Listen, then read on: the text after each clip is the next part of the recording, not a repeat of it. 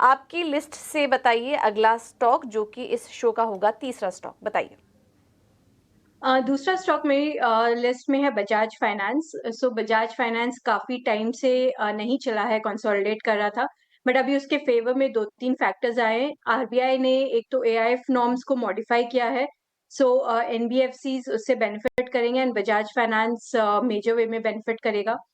दूसरा Bajaj housing finance का IPO company को लाना पड़ेगा विद इन अ ईयर, सो वो वहाँ पे वैल्यू अनलॉकिंग होगा। सो ये 2 फैक्टर्स इमीडिएट ट्रिगर्स है।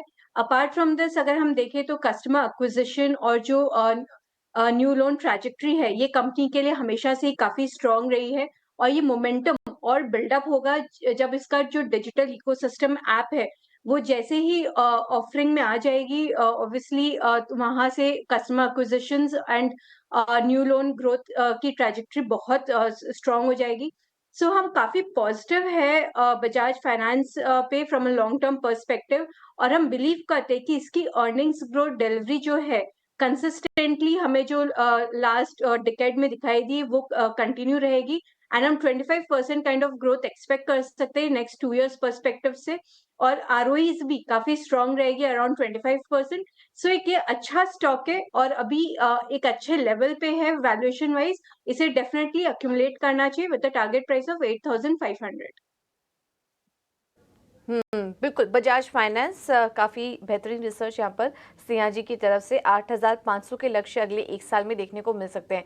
हाल फिलहाल में ज़्यादा कुछ चला नहीं, लेकिन आगे के ट्रिगर्स अभी स्नेहा हाईलाइट भी कर रही थी। बजाज हाउसिंग फाइनेंस के आईपीओ की भी बात हो रही है, तो वो भी एक अनलॉकिंग फैक्टर होगा कंपनी के लिए। बिजनेस तो स्ट्रॉन्ग है ही, एक ज़्यादा नहीं चला हाल फिलहाल में, लेकिन देखिए हम अभी आपको रिटर्न दिखा रहे थे। अगर 1 साल पहले आपने स्टॉक में एंट्री ली होगी बजाज फाइनेंस में, तो अभी तक आपका मुनाफा 30% का हो चुका होता। तो यही खूबसूरती है लॉन्ग टर्म निवेश की।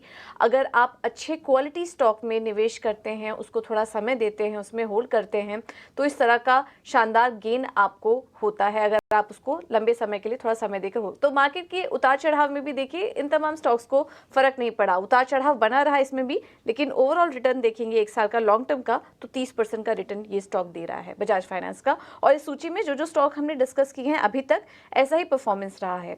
तो बजाज फाइनेंस 8,500 के टारगेट के लिए आपके पास है तो बने रहिए, या फिर इस स्तर में वैल्यूएशंस काफ़ी अच्छे नज़र आ रहे हैं, आप एंट्री ले सकते हैं।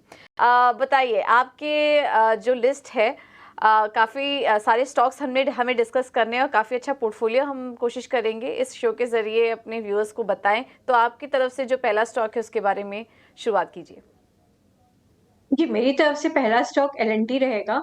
जहाँ तक हमें पता है कि गवर्नमेंट केपेक्स काफ़ी तेज़ी से बढ़ रहा है। आगे भी हम एक्सपेक्ट करते हैं कि 10 टू 12% काइंड ऑफ कैगर के पेस पे वो ग्रो करेगा। इसके साथ ही साथ जो प्राइवेट केपेक्स है, उसमें हम काफ़ी शार्प रिकवरी एक्सपेक्ट कर रहे हैं। तो ये दोनों को ही मद्देनज़र रखते हुए एल&टी एक्सपेक्टेड है कि काफ़ी तेज़ी से ग्रो करेगा।